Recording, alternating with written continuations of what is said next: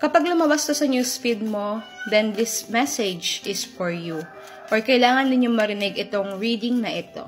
So, let's choose random cards para ma-pick up natin kung ano yung mga energies na lalabas dito and kung ano nga ba talaga yung dapat ninyong marinig.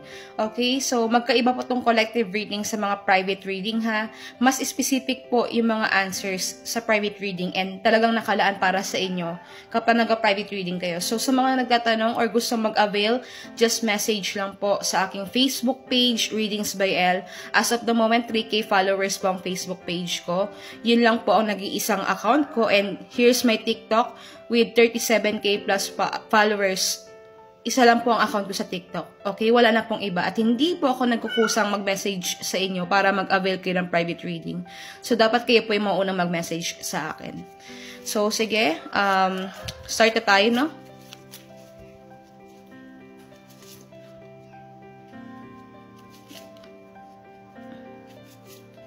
Okay. So, ang na-pick up kong energies for today, meron sa inyo ha, nasa isang connection kayo na kung saan hindi kayo makalaya sa sitwasyon nyo. Whether, alam niyo yun, parang sinasabi natin na hindi makalaya is, nakatali kayo. Some of you, si person kasi parang masyadong, parang may pagka-intimidating energy kasi siya eh. Siya yung mas parang nag-lead ng connection ninyo.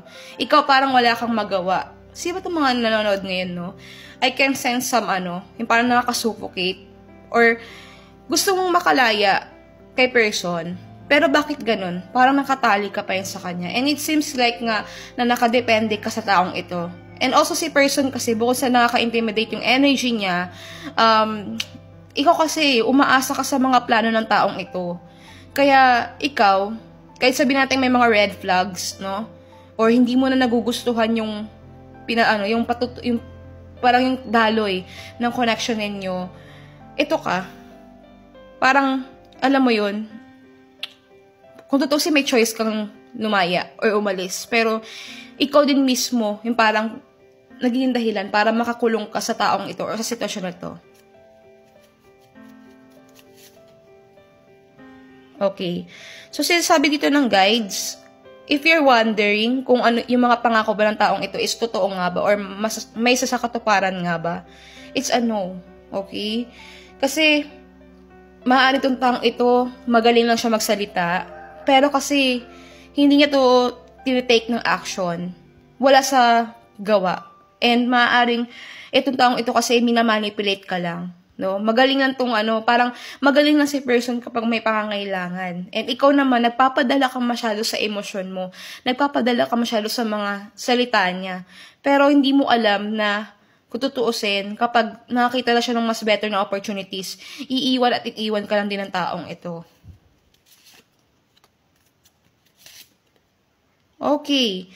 So, sa sinasabi ng guides dito, actually, you should move on ha. You should move on na ha. Or, kung feeling mo, this person is, itong tao na sa isip mo is not the right one for you. Tama ka nang naiisip. Hindi siya para sa'yo. So, much better daw na mag-move on ka and choose another options. Kasi, in the near future daw, meron daw someone na mag-o-offer ng cup sa'yo. Panibagong connection. At, sa nakikita ko, itong panibagong connection na paparating sa'yo in the near future, much better ito.